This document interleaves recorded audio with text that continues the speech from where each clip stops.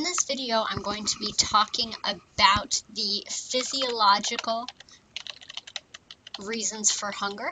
So physiologically, what is going on?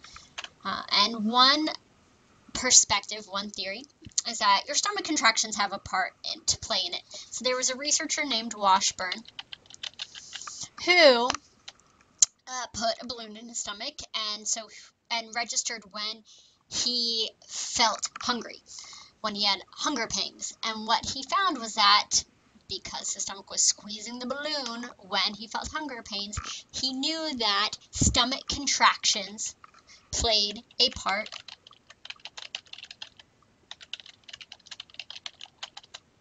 in hunger. So when your stomach contracts, you feel hungry. However, this cannot be the only reason, because even rats that have had their stomachs removed still eat, still have that drive, that hunger. And so it cannot only be your stomach contractions, because even without a stomach, you're still eating. But so that's one part of it, but not all of it. Another factor is glucose. So glucose is the form of sugar that circulates in the blood, and it provides the major source of energy for body tissues. And so when you have low levels of glucose, you feel hunger. And one thing that can reduce your levels of glucose is how much insulin is in your blood, because insulin decreases sugar levels, decreases those glucose levels.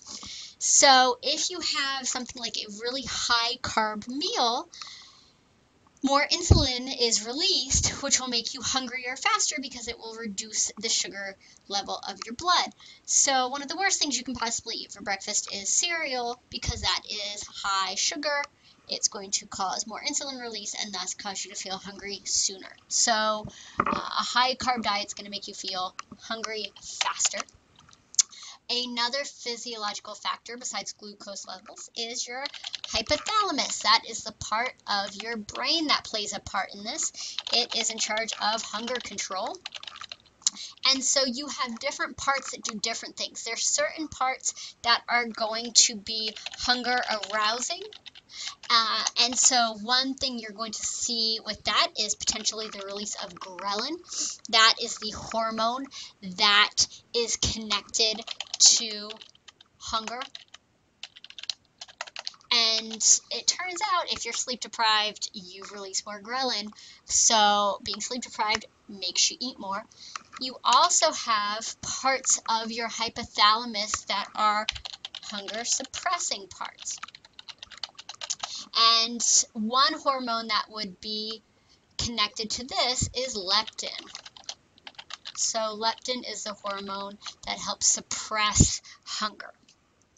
So the hypothalamus plays a part in this. And if they either stimulate or destroy certain parts of the hypothalamus, it will make you eat too much or make you not eat enough. It will either arouse your hunger or suppress it. However, it won't do this continually forever. Eventually, you will see a plateau in your increase or decrease in weight, even if you have screwed with the hypothalamus.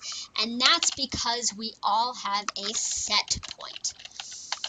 The set point is the point at which what your book calls weight thermostat is supposedly set. It's the weight your body seeks to maintain.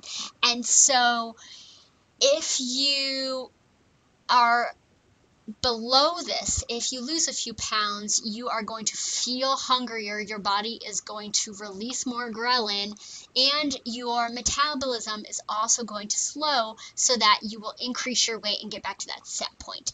If you eat too much, if you gain a couple of pounds, then you won't be as hungry later because your body's trying to get back to that set point.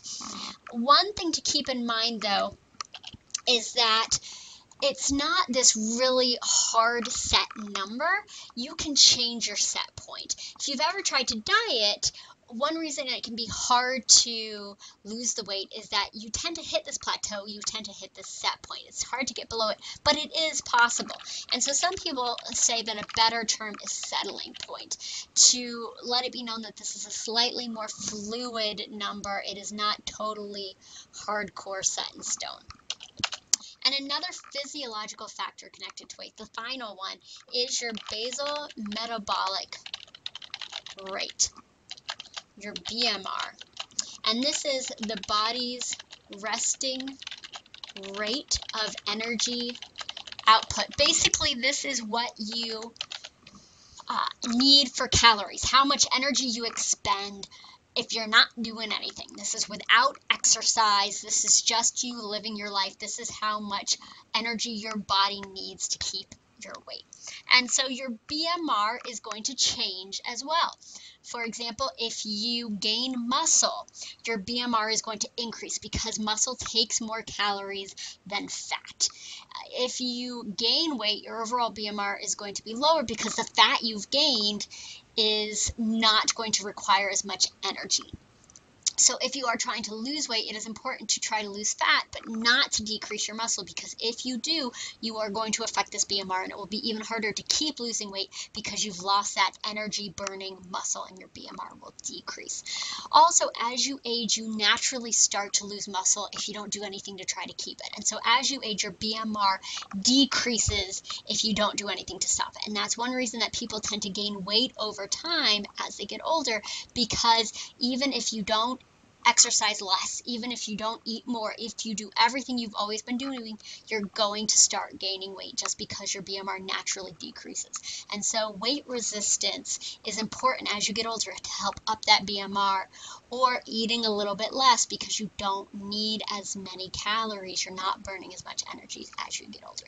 So these are all physiological factors connected to weight. Your stomach contractions play a part. How much glucose you have. Your hypothalamus plays a part, including these hormones that either arouse or suppress your hunger. Your set point, or more appropriately, your settling point, and your basal metabolic rate. All these are physiological factors. There's also the psychological that will be discussed in class.